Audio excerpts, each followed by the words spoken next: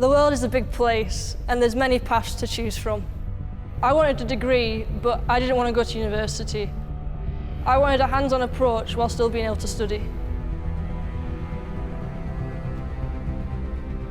I study a FdEng in Materials Engineering at Sheffield Hallam University. This is through my apprenticeship, which is with Rolls Royce. I decided to do this because I get the hands-on experience and I learn from people who are passionate about their jobs while still studying at university to back up what I'm doing at work. By doing an apprenticeship, I've had quite a lot of opportunities as a young woman in engineering. One of these opportunities is that I get to work on lots of different projects and get to work across different areas of the business.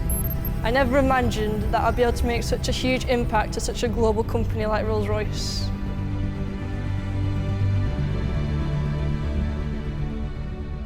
I knew university wasn't for me.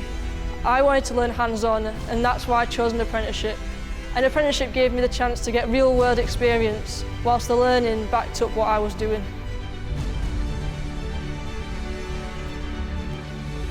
At 15 years old, I made my decision.